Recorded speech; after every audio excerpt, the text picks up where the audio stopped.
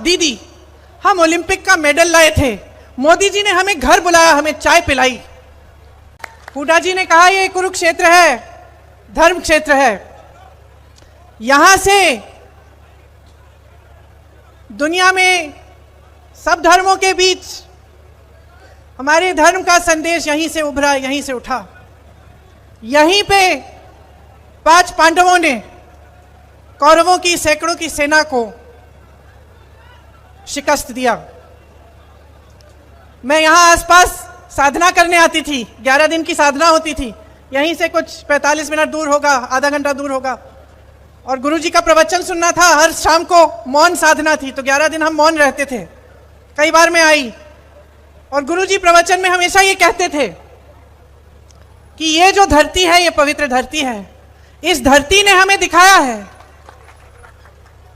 कि न्याय और अन्याय के बीच में क्या फर्क है, सच्चाई और असत्य, सत्य और असत्य के बीच में क्या फर्क है, इस धरती ने हमें दिखाया है। वो कहते थे कि अगर सच्चाई के लिए लड़ रहे हो, बेशक अकेले लड़ो, बेशक तुम्हारे सामने सैकड़ों की सेना हो, हजारों की सेना हो, खड़े रहो, मजबूत रहो, दृढ़ रहो, निडर रहो, तो जीत हासिल ही होगी। आज हरियाणा की जनता की क्या लड़ाई है? यही लड़ाई है। सदियों बाद आज हम वहीं पे हैं जहां उस समय थे। आज आप सत्य और असत्य की लड़ाई लड़ रहे हो, न्याय और अन्याय की लड़ाई लड़ रहे हो, और आप न्याय की तरफ खड़े हो, सच्चाई की तरफ खड़े हो।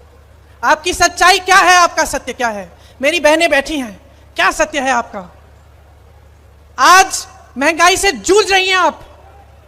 गैस सिलेंडर 1200 का है। 2-3 दिनों में श्राद्ध खत्म होंगे, नवरात्रि शुरू होगी, त्योहार का समय है, दिल में खुशी भी है, घबराहट भी है।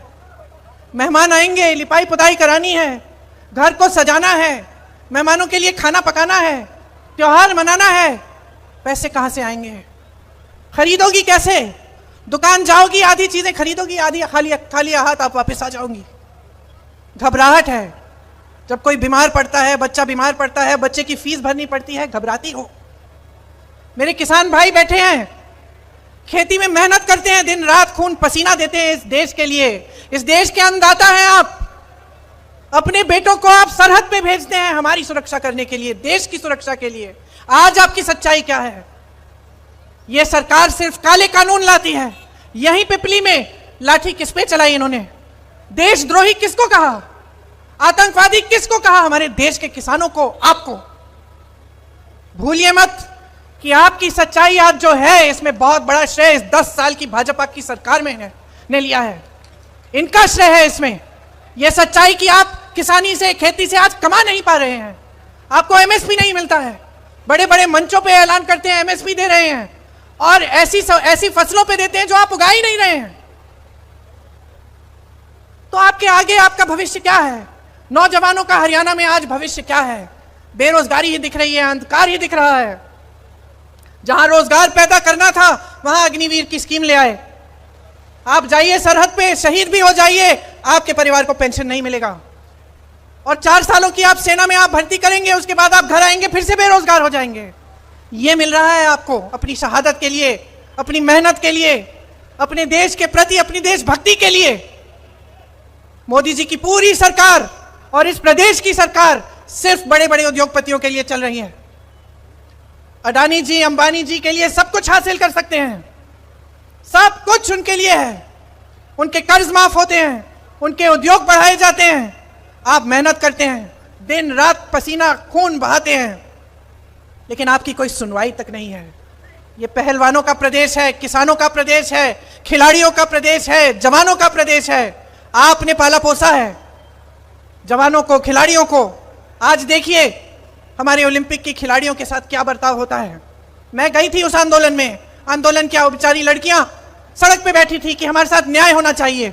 मैं गई मिलने, और उन बहनों ने मुझे क्या बताया। बहनें सुनिए, उन्होंने कहा दीदी, हम ओलंपिक का मेडल लाए थे, मोदी जी ने हमें घर बुलाया, हमें चाय पिलाई, फिर हमारे साथियों के साथ इतना बड़ा अन्याय होता है। हमने सोचा कि अगर हम सड़क पर आकर बैठ जाएंगे, हम न्याय मांगेंगे, तो मोदी जी हमारी सुनवाई करेंगे, हम आवाज उठाएंगे, ओलंपिक के मेडलिस्ट हैं तो हमारी आवाज वो सुनेंगे। रो रही थी, कहा दीदी हमारे पास हमारे लिए 5 मिनट का समय नहीं था। मोदी जी का घर मालूम है कितनी दूर है उनके आंदोलन स्थल से?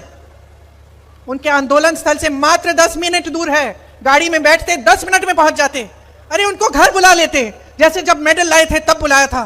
लेकिन कुछ नहीं किया मोदी जी ने, कुछ नहीं किया। ये लड़कियां रोती रहीं, आज लड़ रही हैं, न्याय के लिए लड़ रही हैं। कांग्रेस पार्टी की उम्मीदवार बनी है विनेश, हिम्मत वाली लड़की है, वो हरियाणा की पहचान है। मैं उसको देखती हूं, मैं हरियाणा की हर लड़की को देखती हूं, जब भी उसको देखती हूं मुझे गर्व होता है। वो जब आई हमसे मिलने, उन्होंने ये नहीं कहा कि मुझे शान चाहिए, शोहरत चाहिए, सत्ता चाहिए। उन्होंने कहा कि अगर मेरी राजनीति में आने से मेरे आंदोलन को मजबूती मिलेगी, अगर हरियाणा की मेरी बहनों को न्याय मिलेगा, तभी मैं राजनीति में आऊंगी, मैं उनके लिए लड़ूंगी। ये है आपकी भावना। तो मैं ज्यादा लंबा नहीं बोलना चाहती। मेरे भाई मजाक कर रहे थे, अभी मेरे से कह रहे थे तुम कम से कम 45 मिनट के लिए बोलती हो, उससे कम नहीं बोलती। तो मैं थोड़ा कम बोलूंगी। ज्यादा लंबा नहीं बोलना चाहती, बस ये कहना चाहती हूं कि देखिए आप में सब कुछ है, हिम्मत है, शक्ति है, वीरता है, देश को दिखाया है और सदियों से आपने देश को दिया है, अपना पसीना, अपना खून, अन्न सब कुछ दिया है। आज अपने लिए हक मांगो, अपना अधिकार मांगो। यह आपका अधिकार है, आपका हक है कि आपके लिए जो सरकार बने वो आपके लिए नीतियां बनाए, कि जो नेता आपके सामने आए सर झुका के आए, घमंड करके ना आए, 56 इंच की छाती वाली बातें ना करे, ये बात करे कि तुम ही मेरे भगवान हो, कि ये पब्लिक है जिसने मुझे बनाया है और क्योंकि इस पब्लिक ने बनाया है इसलिए मेरा दायित्व है, मेरी जिम्मेदारी है कि मैं इस पब्लिक, यहाँ के किसानों को, यहाँ के मजदूरों को, यहाँ की महिलाओं को, यहाँ के नौजवानों को आगे बढ़ाऊं, उनका विकास कराऊं। और आप में बहुत विवेक भी है, आप पहचान जाते हैं हर चीज। आप आज पहचान रहे होंगे कि भाजपा के नेताओं ने क्या क्या कहा और क्या करके दिखाया। अभी भैया और मैं कुछ परिवारों से मिले, वो जो फैमिली आईडी है उसके बारे में वो बता रहे थे कि फैमिली की आईडी बनानी होती है, उसमें हर परिवार के सदस्य की आमदनी, चाहे 17-18 हो परिवार के सदस्य, चाहे अलग अलग परिवार के यूनिट ना हो, मतलब एक भाई, उसकी बीवी, उसके बच्चे, दूसरा भाई, उसकी बीवी, उसके बच्चे, सबकी आमदनी जोड़ के सरकार क्या कर रही है, आपको सरकारी स्कीम से निकालने का काम कर रही है। मतलब वो बता रहे थे कि दीदी हमारी सदस्य 4 सदस्य हैं, हमारा ये नया पहचान पत्र इन्होंने बना दिया, अब कहते हैं कि तुम्हारा बच्चा सरकारी स्कूल में नहीं जा सकता क्योंकि तुम्हारी आमदनी बहुत बढ़ गई है। इसी तरह से सबकी आमदनी जोड़ के जो किसान की सुविधाएं हैं, जो मजदूरों की सुविधाएं हैं, सब बंद हो रही हैं। ये सारा काम जो हो रहा है सिर्फ बड़े बड़े उद्योगपतियों की भलाई के लिए हो रहा है, आपके लिए नहीं हो रहा है।